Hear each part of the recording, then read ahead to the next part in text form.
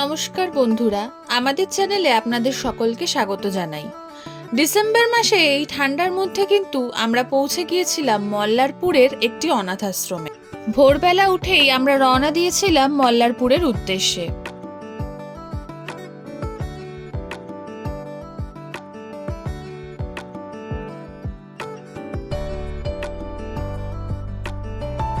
স্টেশনে নেমে টোটো ধরে দুপাশে সাজানো পাইনের জঙ্গলের রাস্তা ধরে পৌঁছে গেলাম আমরা অনাথ আশ্রমে।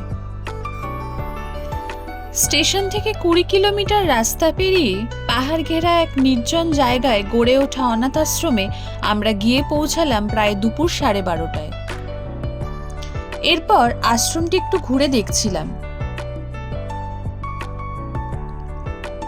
এই ঘরগুলিতেই বাচ্চারা সকলে থাকে। তাদের পড়াশোনা, খাওয়া দাওয়া সবই এই ঘর এবং আশ্রম জুড়েই।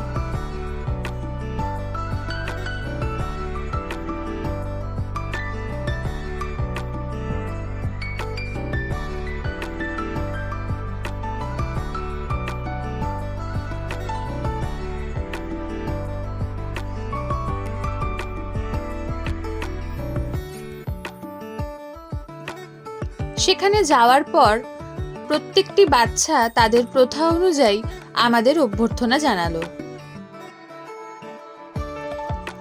এরপর আশ্রমের সকল বাচ্চাদের সাথে একটুখানি কথা বলে নিচ্ছিলাম।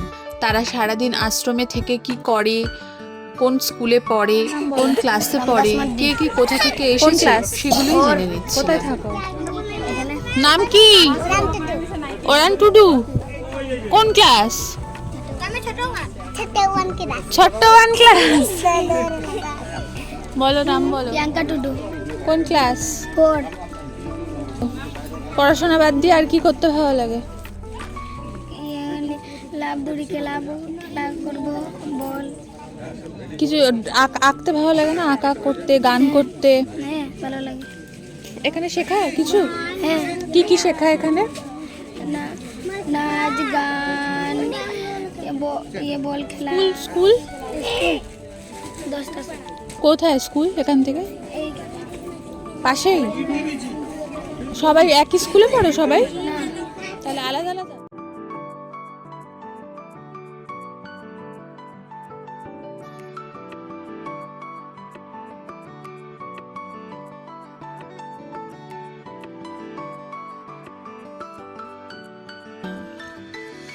এরপর বেলা বাড়তেই দুপুরের খাওয়ার পর্ব সেরে আমরা সকলে বাচ্চাদের জন্য নিয়ে যাওয়া সমস্ত জিনিসগুলি ওদের হাতে তুলে দিতে একসাথে সমবেত হয়েছিলাম। খাদ্য সামগ্রী ও শীতবস্ত্র প্রদানের শুরুতে বাচ্চারা ওদের ভাষায় আমাদের প্রার্থনা সঙ্গীত পরিবেশন করে শোনালো।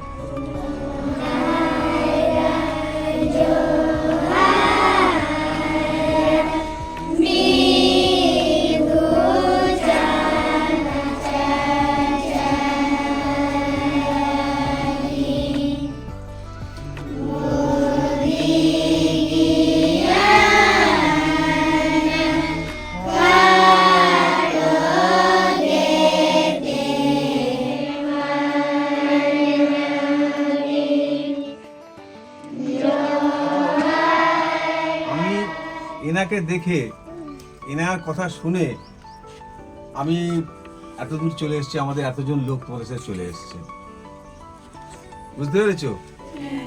এনার এত সুন্দর ব্যবহারটা আমার লেগেছিল মোবাইলেতে, মানে আমি দেখেছিলাম ইউটিউবেতে ওনার একটা সাক্ষাৎকার কোনো একটা অনুষ্ঠানের। আমি সেই জন্য ভেবেছিলাম যে আমাদের যত কষ্ট আমরা ঘন্টায় কষ্ট, আমরা সারা জায়গায়, বিশেষ করে বাংলার বিভিন্ন মানে যত অনাথ আশ্রম আছে সব জায়গাতেই আমরা যাই। হ্যাঁ, তা আজকের আমাদের লক্ষ্য ছিল যে এইখানে আসবার, কিন্তু এত দূর, তাও আমরা বললাম যে না, আজ কষ্ট করে যাবো। এরপর আশ্রমের কর্ণধারকে আমরা সম্মানিত করে বাচ্চাদের জন্য নিয়ে যাওয়া জিনিসগুলো ওদের হাতে এক এক করে তুলে দিলাম।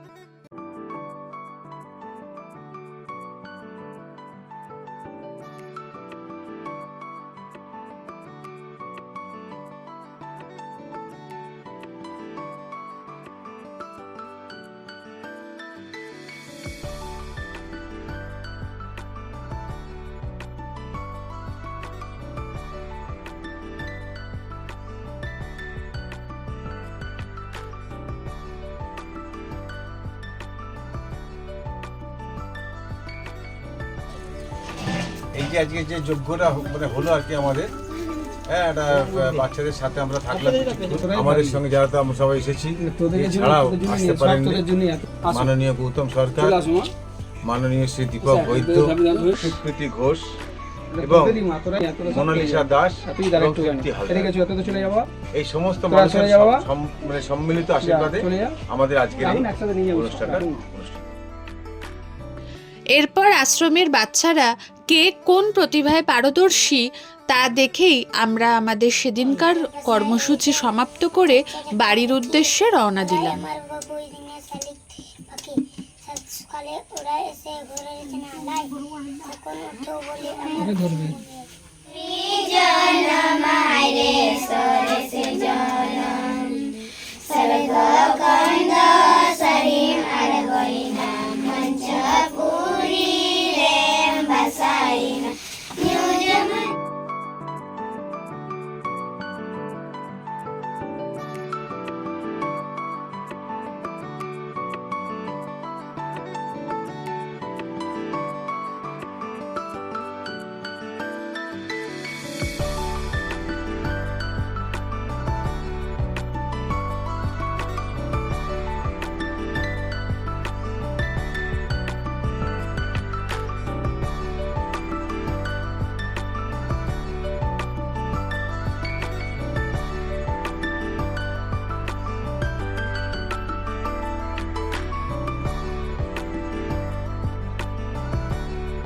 দিনটা আপনি কিরকম কাটালেন তীর্থদয় মেমোরিয়ালের সাথে?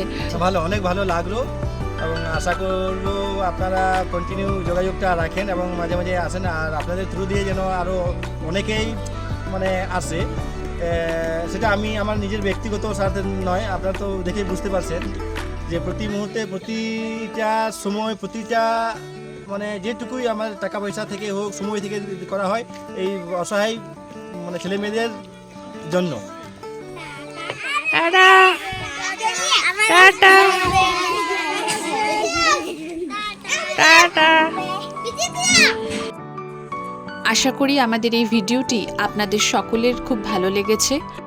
চ্যানেলটি সাবস্ক্রাইব করে বেল আইকনটি প্রেস করে রাখুন এরকম আরও নতুন নতুন ভিডিও আপডেট পাওয়ার জন্য।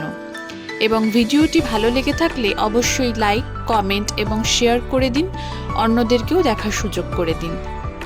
আপনারা যদি স্বইচ্ছায় এই বাচ্চাগুলির পাশে থাকতে চান তবে অবশ্যই আমাদের স্ক্রিনে দেওয়া নাম্বারে যোগাযোগ করতে পারেন অথবা আমাদের ফেসবুকেও যোগাযোগ করতে পারেন সরাসরি। ধন্যবাদ।